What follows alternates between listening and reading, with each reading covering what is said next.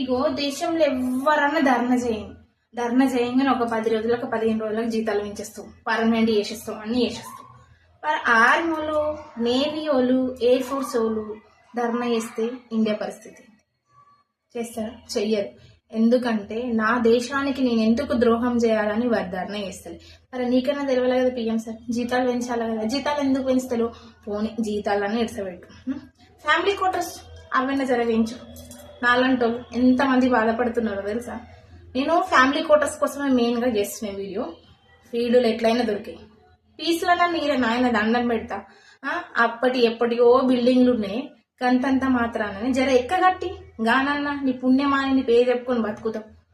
మా మొగుడితోని మేము మంచి కొంచెం సంతోషంగా బతుకుతాం. మా పిల్లలు ఎట్లుంటారు?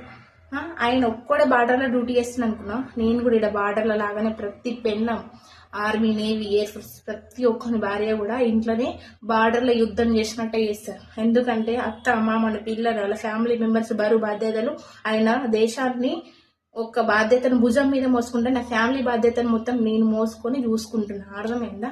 జర మా వారితో ఉంటే నాకు కొంచెం భారం తగ్గుతుంది, నాకు ధైర్యంగా ఉంటుంది.